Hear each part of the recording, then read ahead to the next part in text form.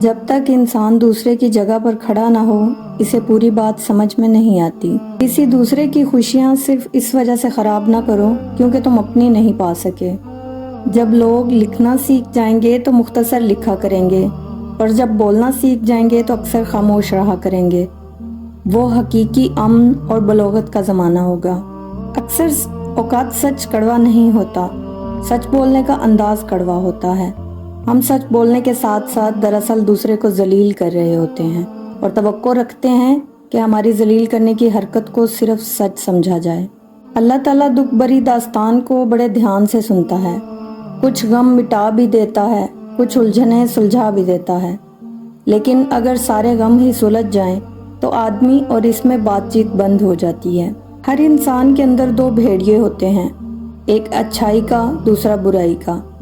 غالب وہی رہتا ہے جسے ہم کھلاتے پلاتے ہیں۔ کبھی بھی شادی کے کھانے کی برائی نہ کرو۔ بیٹی کے باپ کی پوری عمر لگی ہوتی ہے صرف اس ایک وقت کے کھانے کے لیے۔